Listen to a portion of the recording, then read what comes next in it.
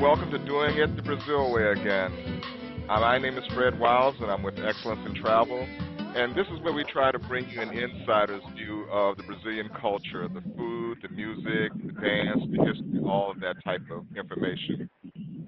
Today, for our guest coming straight from Salvador da Bahia, is Josuel Queiroz, one of the very knowledgeable tour guides in Salvador, and he's the only one that I ever use when I send clients and groups down to Salvador because he knows the area, he knows the history, and he's very trustworthy. So, bom dia, Josuel. Como vai? Bang, I'm fine, Freddie. And you, how about you? Doing real good. Josuel, I know a lot about you already, and you're getting a little wind in the background there, but I know a lot about you already. But why don't you just tell everybody a little bit about yourself when it comes to the kind of services you provide and your knowledge and how long you've been in this business of providing touring knowledge to people? Okay, good. Okay, hi everybody. My name is Josuel Queiroz. I've been living in Salvador for 37 years. I usually was born in the countryside of Bahia, you see, in the concave of Bahia, but I grew up in town. And I graduated in language arts, in literature, and I study history.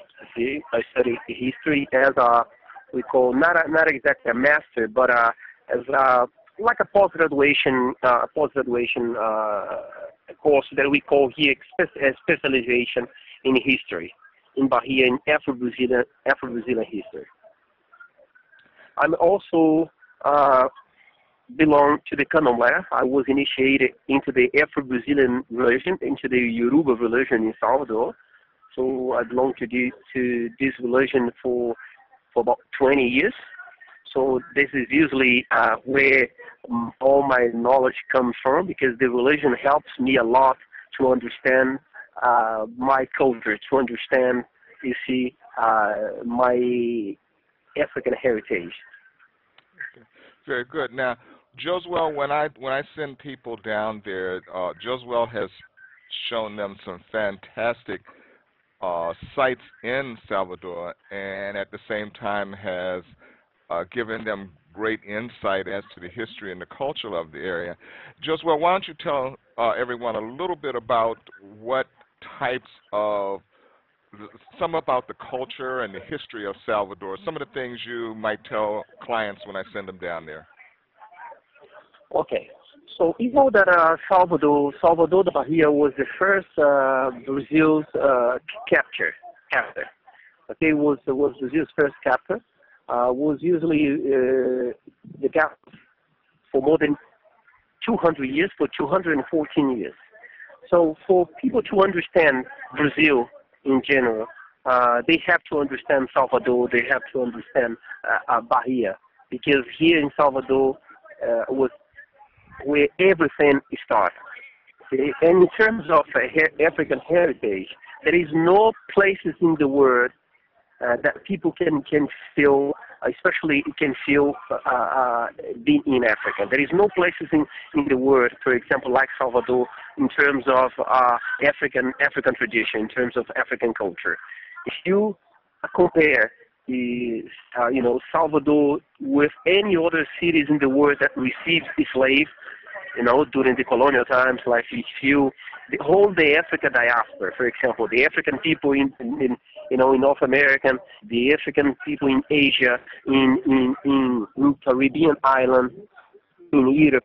So Salvador was the place that most preserved the African tradition.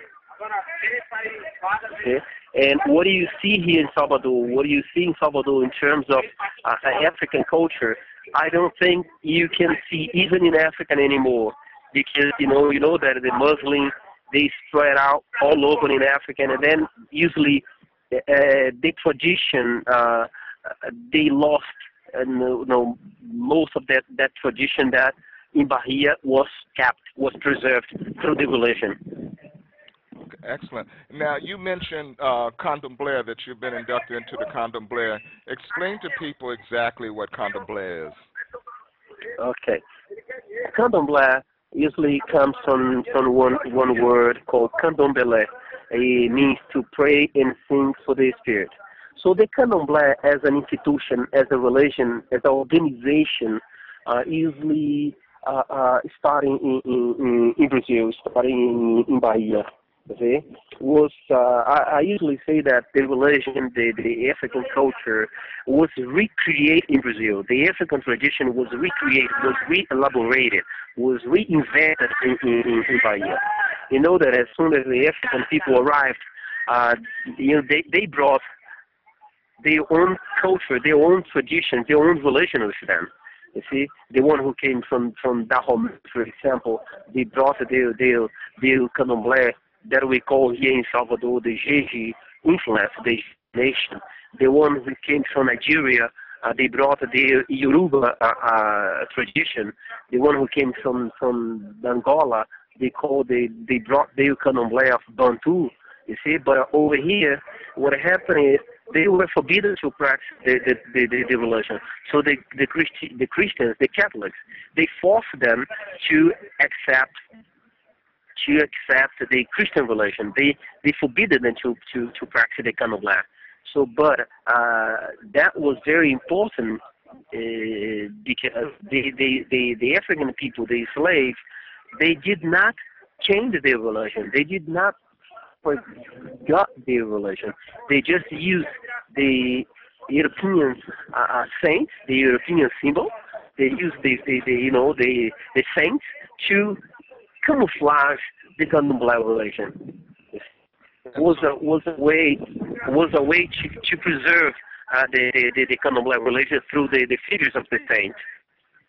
And that's when you see they have the statue of the Virgin Mary, and at her feet they have their various artifacts for their religion.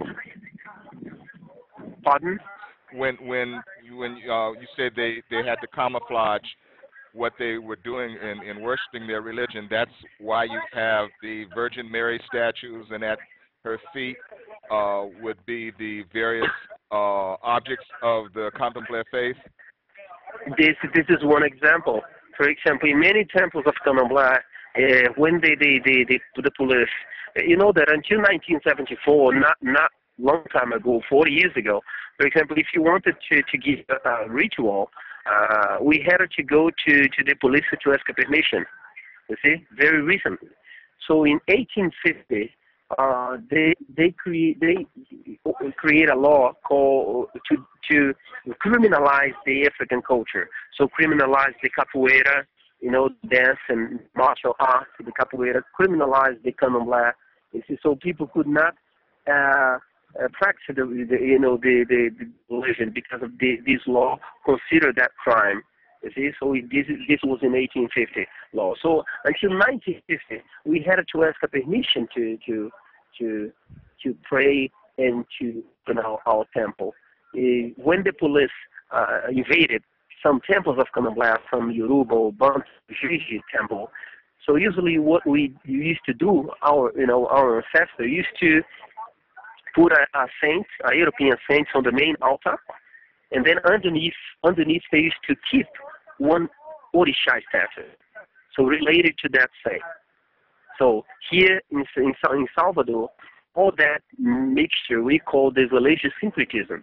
Religious syncretism is when you mix two religions to create a third religion. For example, elements of the Catholicism, elements of the Candomblé, and then create another religion called the Umbanda, for example. See? But when you go to a temple of Candomblé, you might see some saints, some statues on the wall, for example. Not all the temples, but in many temples. But why is that? That was a way to, get rid of the police when they invaded temples. But the rituals have nothing to do with Christianity. It's a pure African essence. It's a pure African tradition. Okay. And now, one of the areas you also take people to when they, and it's one of the more popular tourist areas there in Salvador, is the Pelourinho. And I don't think a lot of people realize what the original purpose of the Pelourinho was. So can you talk about what the historical purpose was of the Pelourinho? Yes. Okay. The Pelourinho is in the upper city. Okay. So it's usually the Pelourinho was the city that was founded by the Portuguese. The colonial city is the older district. You see, everything here was built by the people of color, by the African people. You see, during the colonial time, during the slave time. You see, and the architecture is very European. It's a Portuguese, especially a Portuguese architecture. You see, because you know that Brazil was colonized by the Portuguese. So being in Pelourinho is like, in terms of architecture, it's like being in Lisbon or being in any city in Portugal. But being in Bahia is not being in Portugal, because here we don't have just, you can't see just the architecture, but the people, but the culture. When you mix the beautiful architecture, Portuguese architecture, and you mix with the beautiful coastline, beautiful beaches, and also the people and the food and the African culture. So there is no country in the world with that mixture. Now, was the Pelourinho also the area where they would punish the slaves as well? Yes, yes. That's why Pelourinho, the name of Pelourinho, the meaning of Pelourinho is reaping poles, means reaping poles. So in Pelourinho, different square of the older district, they used to keep one post, one reaping post, where to punish slaves. So that reaping we call Pelourinho in Portuguese.